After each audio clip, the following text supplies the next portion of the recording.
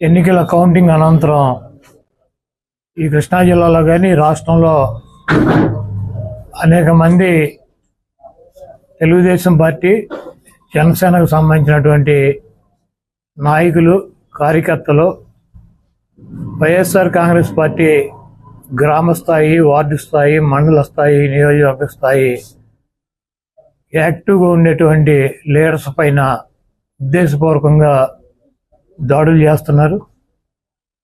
అదేవిధంగా వాళ్ళ ఇళ్ళకెళ్ళి ఇళ్ళు పగలు కొడతాం, కార్లు పగలు కొడతాం, అర్ధరాత్రులు వెళ్ళి వైఎస్ఆర్ కాంగ్రెస్ పార్టీ శ్రేణుల్ని భయపెట్టాలి, ఈ వైఎస్ఆర్ కాంగ్రెస్ పార్టీని నిస్తేజం చేయాలని చెప్పి పెద్ద ఎత్తున ప్రయత్నాలు చేస్తున్నారు. వాటిల్లో కొన్ని చోట్లయితే ఫిజికల్గా వ్యక్తుల మీద దాడులు చేయటం, కాళ్ళు ఇరక్కొడతాం, చేతులు ఇరక్కొడతాం, తల్ల బాగలు కొడతాం. అదేవిధంగా ఈ గ్రామాల్లో కానీ ఇక్కడ కానీ మీరు ఉండకూడదని చెప్పి వార్నింగ్లు ఇవ్వటం అనేక రకాలుగా చేస్తున్నారు.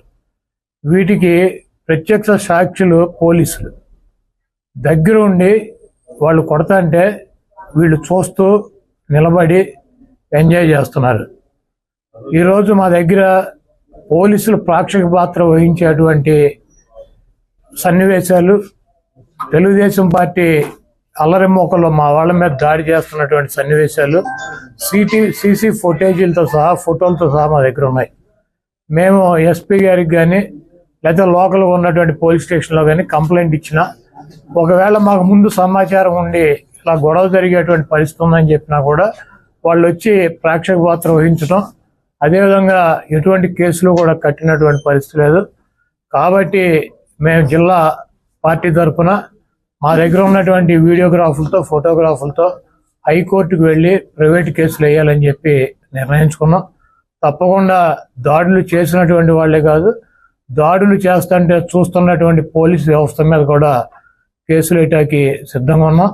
అదేవిధంగా వైఎస్ఆర్ కాంగ్రెస్ పార్టీ నాయకులకు కానీ, అదేవిధంగా కార్యకర్తలకు కానీ ఎటువంటి భయం, ఆందోళన చెందాల్సినటువంటి అవసరం లేదు. రేపు 2 రోజుల్లో జిల్లాలో ఉన్నటువంటి ముఖ్య నాయకులందరం కలిసి ప్రతి నియోజకవర్గానికి వెళ్ళి దాడులు చేసినటువంటి వాళ్ళు ఇళ్ళకెళ్ళి ధైర్యం చెప్పేటువంటి కార్యక్రమం చేస్తాం.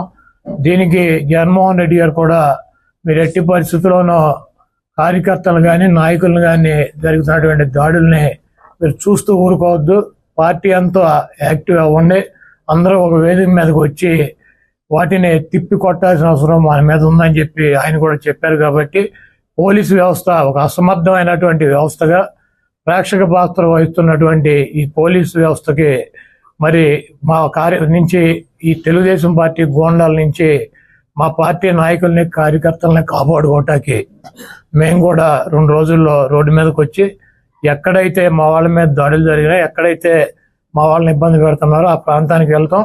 ఆ కాన్స్టిట్యున్సీకి కానీ, ఆ జిల్లాకు కానీ సంబంధించినటువంటి నాయకులందరూ కూడా పాల్గొంటారు. ఆ నియోజకవర్గంలో ఉన్నటువంటి లీడర్స్ కానీ, కార్యకర్తలు కూడా పాల్గొంటారు. తప్పకుండా లా అండ్ ఆర్డర్ ఇష్యూస్ కనుక వస్తే దానికి పోలీస్ వ్యవస్థే బాధ్యత వహించాలి.